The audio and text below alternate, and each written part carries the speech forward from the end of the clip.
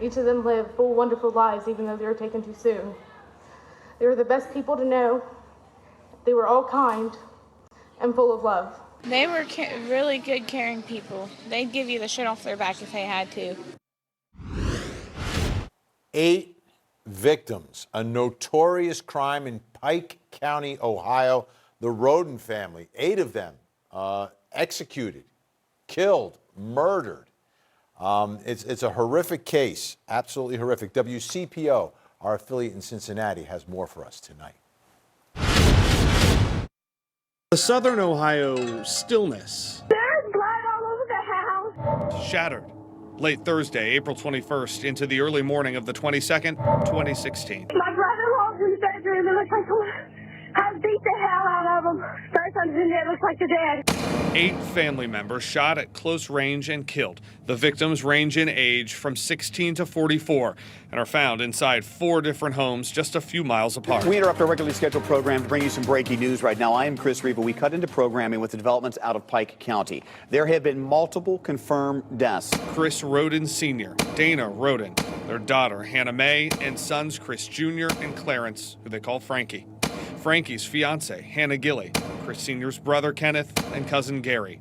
3 young children were covered in blood but unharmed. A 4-day-old infant was alive in Hannah Mae's bed, laying next to her dead mother. We went to school with them, so we knew them, so that, that kind of brings it a little bit closer to home. They were in my service every Wednesday night. And many a times before Dana started coming, I would go pick them up because they wanted to come to church. The search for the suspect or suspects behind this murder spree consumes the county. We've lost people through car wrecks and cancer and sudden deaths for no reason, hunting accidents, but never like this. County and state investigators picked through those 4 scenes for hours. This was a pre-planned execution of 8 individuals. It was a sophisticated operation, and those who carried it out were trying to do everything that they could do to hinder the investigation and their prosecution. The crime scene is so massive, investigators tow the homes to a secure warehouse to preserve evidence. You came in like thieves in the night and took 8 lives, some being children. In the most horrific way I've ever seen in my 20-plus years. The sheriff at the time speaking to still unknown suspects. Ohio's then Attorney General promising the follow-through. We're going to do everything that we can to find these murderers or this murderer, and we're not going to stop until we find them. We will find them. Days, then months drag on with little new information. The remaining family members are on edge. I've spoke with the family. It's very evident that they were a target of this horrible crime. Me and the Attorney General spoke with them. I cautioned them that they were a target, and I told them to be armed. Dana Roden's dad believes that too. Whoever done it knowed the family, because there were 2 dogs there that would eat you up.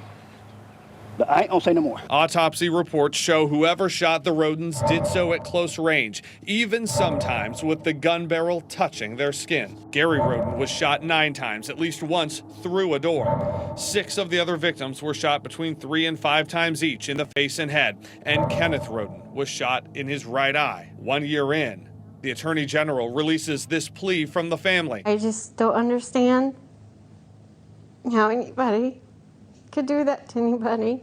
My nephew just got his driver's license. He was only 16 years old. He had a whole life ahead of him. Frankie and his fiance, Hannah, their lives were stolen. All of their lives were stolen. They were taken away from their kids. They were taken away from us. Hannah Mae didn't get to graduate. She was supposed to graduate last year. Christopher didn't get to go to prom. I'm begging to you to please come forward and tell what you know about it. As the investigation grinds on, so does the rumor mill. Early on, investigators find evidence of a commercial pot grow at 2 homes and evidence of cockfighting. Mexican drug cartel is whispered across the state, but the sheriff discounts that, zoning in on people who knew the victims. You're saying that the suspects likely either live in Pike County or in the area somewhere nearby? Yes. That is my belief. Eventually, investigators' eyes turned to Alaska. Police put out a public plea for information on the Wagner family.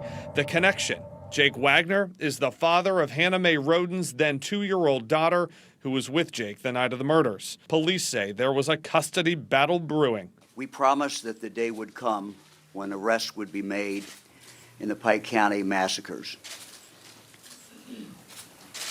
Today is that day. 2.5 years after the massacre, arrests.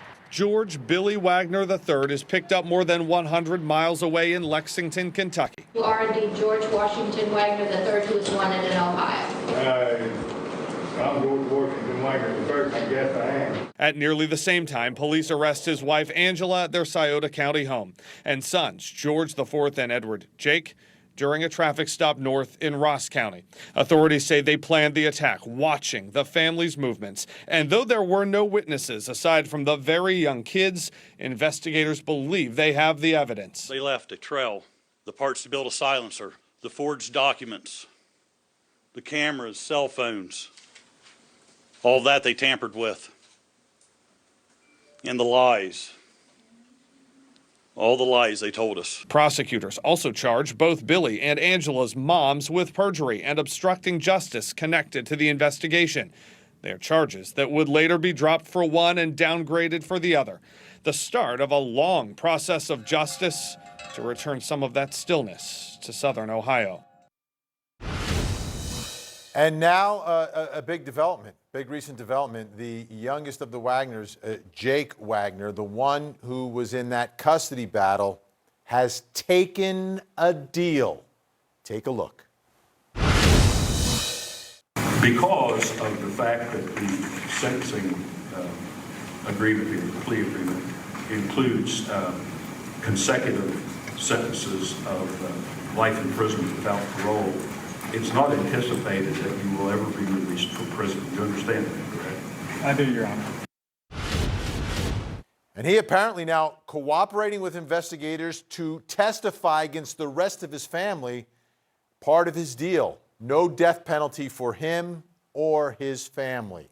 That was a condition of this deal that went down. We're going to continue to stay on this story and, of course, track this trial. But a huge development as Jake Wagner takes the deal. Life in prison for him, but no death penalty for him or any family members, because he now will be the key witness against his own family.